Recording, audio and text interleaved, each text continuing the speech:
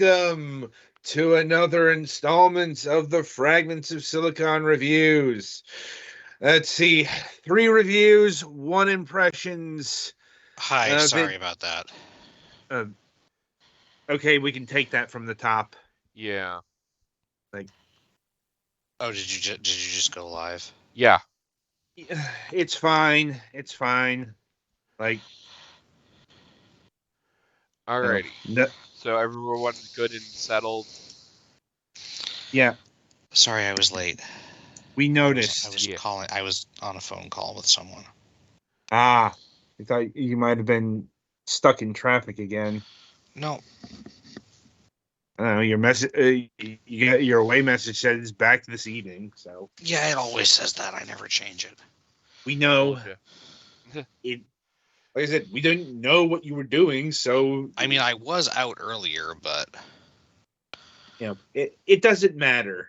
uh, Alrighty. So we ready to begin then? Yeah. Sorry. Thankfully. All right. Alrighty. We shall begin in 5, 4, 3, 2, 1.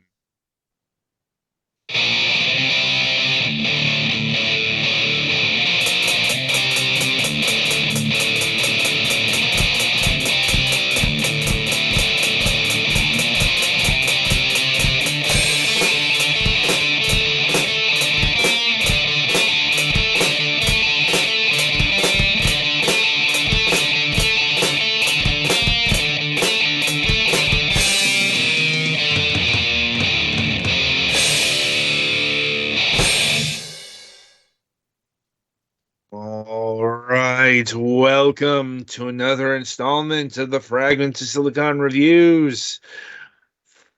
No, 3 reviews this week. 1 impressions vid. The first of which is "You Will Die Here Tonight."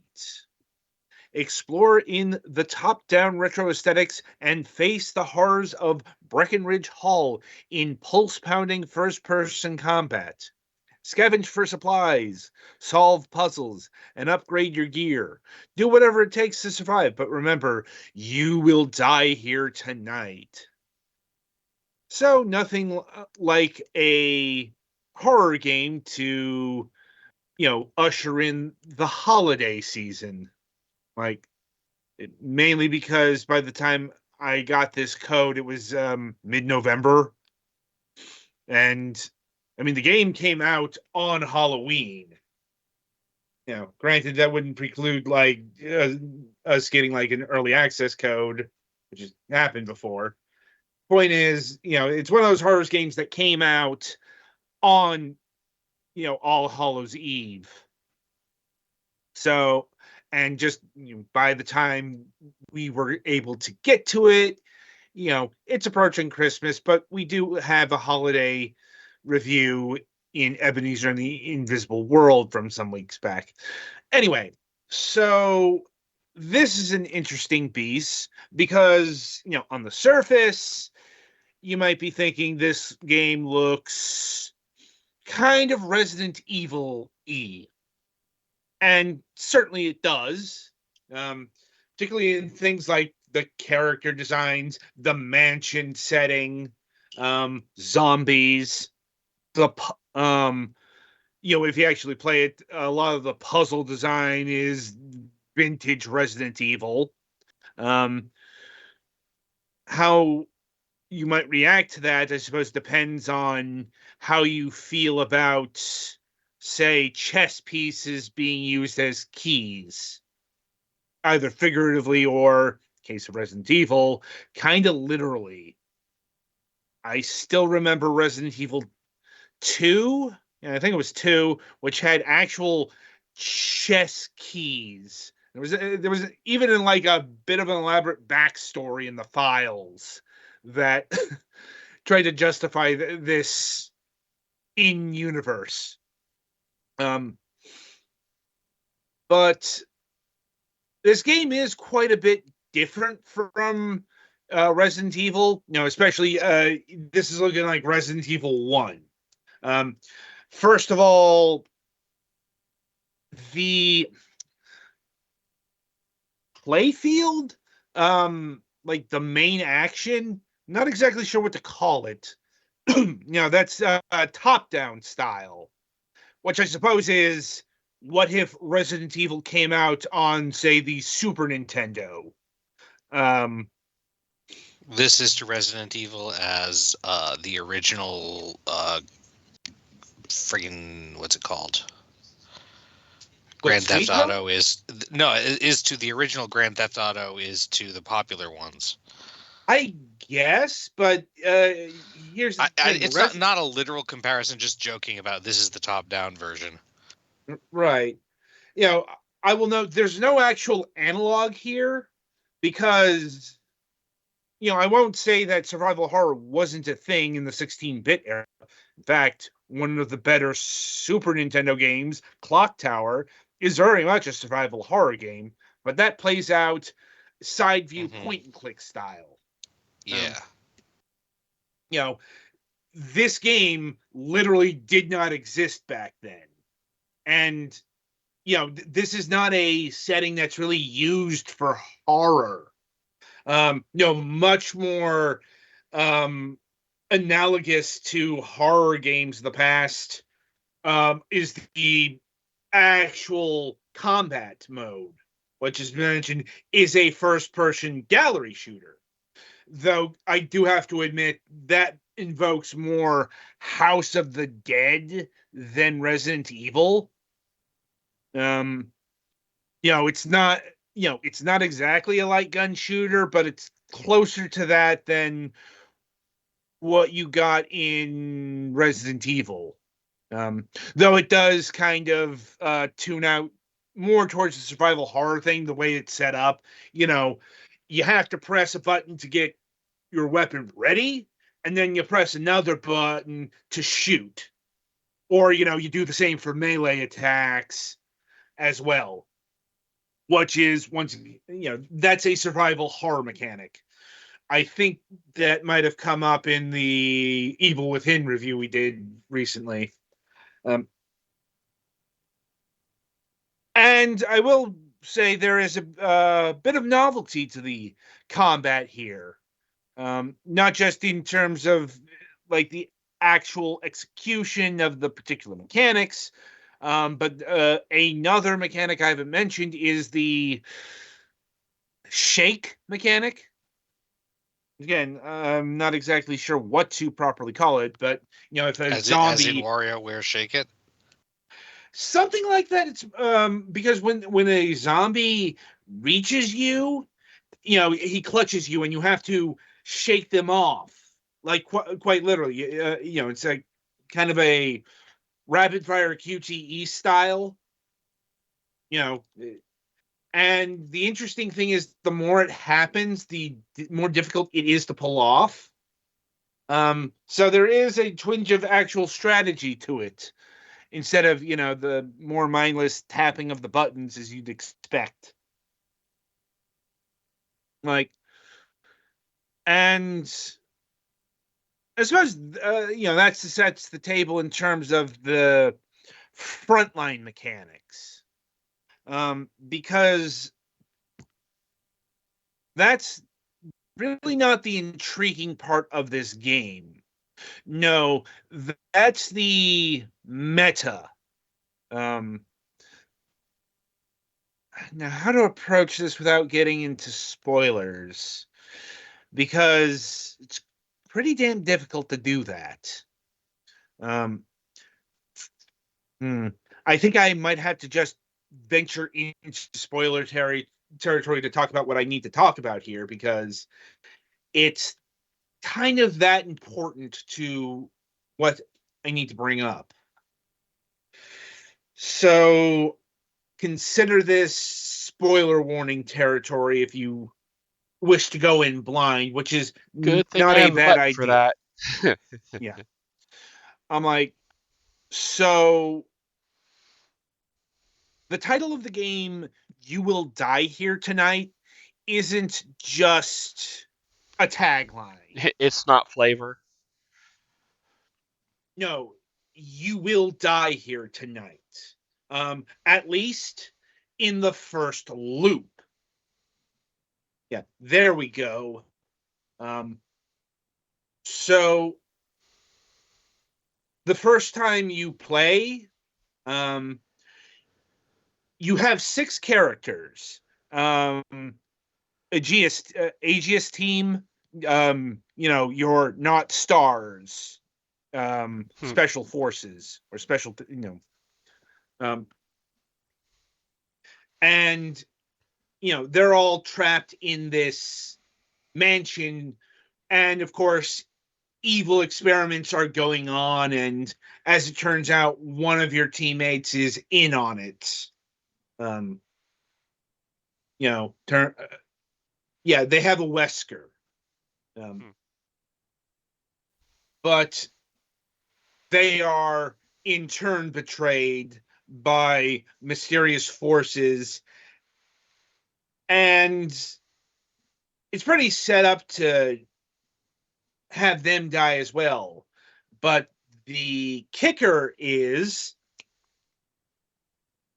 they're in a time loop. And yeah, that's the big card that this game is keeping hidden from the outset. And the thing I really have to talk about, because that's what makes this game. I don't think it's that shocking considering the setup, though. No, it's not that shocking, but I think it's, it's still at the one hand, it's still a big enough mechanic / storyline plot point that's kept hidden. That I feel the need to put up the spoiler warning. Because, it's a concept that's been done, yes. Like, Looper is a thing, among other things. And if you want kind of the spooky flavored version, go watch Children of the Stones.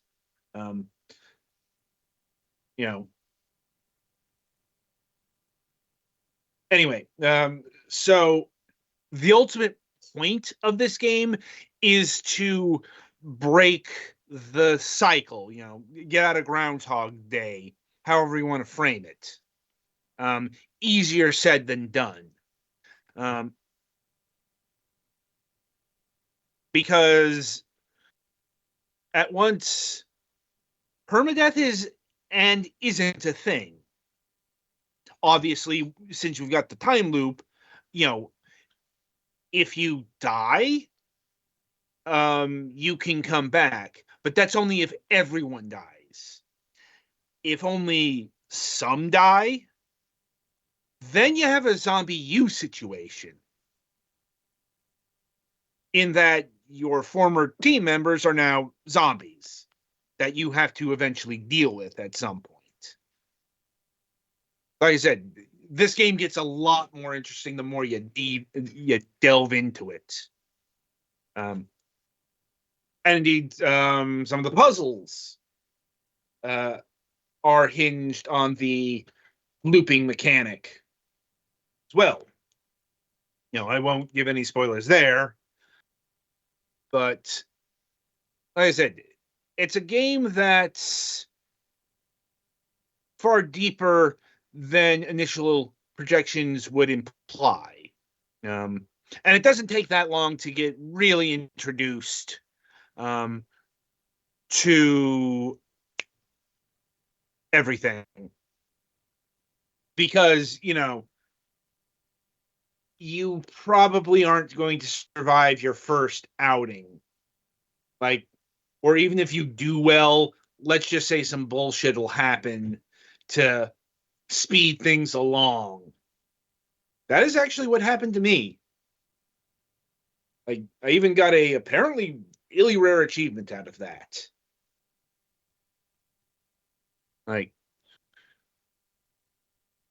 Now, in terms of the technical qualities here, they're a bit mixed. In fact, Petty Fan was remarking before we were going live that this game looked like a mobile game. from what I've been able to garner, this is not a mobile game or a mobile first game. You know, if we are incorrect in that assertion, then, do let us know. But as far as I can tell, no, this was for, systems with proper, controller inputs first. I mean, yeah, you can do that on mobile, but, when you build for mobile, you're usually building for a touchscreen and you usually have bigger UIs. But on the other hand, I could see this game working on mobile. Not well, but I could see it.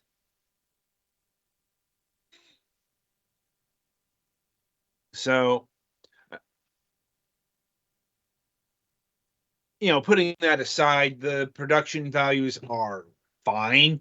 As I said, the top-down stuff looks like a higher fidelity version of a Super Nintendo game. It's really the first-person stuff that looks kind of naff, kind of, not good. But I don't think it's too much of a detriment. Do remember that this is a indie title that I'm presuming it wasn't the highest budgeted or had a huge team behind it. Call it a hunch. Like, if I had to surmise the size of the team, I'm thinking 3 to 5 people. Could be solo dev, but about around that size. Like, sound is, fine. It's appropriately spooky and ambient. And yeah, it all comes together rather well. I just wish I had more time. I had more time to play it this week, but sometimes that happens. In terms of pricing, this game will run you $20, $19.99. And I think that's a fair price for what's being asked here. Don't really have any other commentary there. So, yeah. Anything else that wish to be known about You Will Die Here tonight? I think I'm good. I also think I am good. All right, then. So, yeah, that'll about do it for this game. Be sure to tune in after the break, as Petty Fan will be reviewing What the Duck.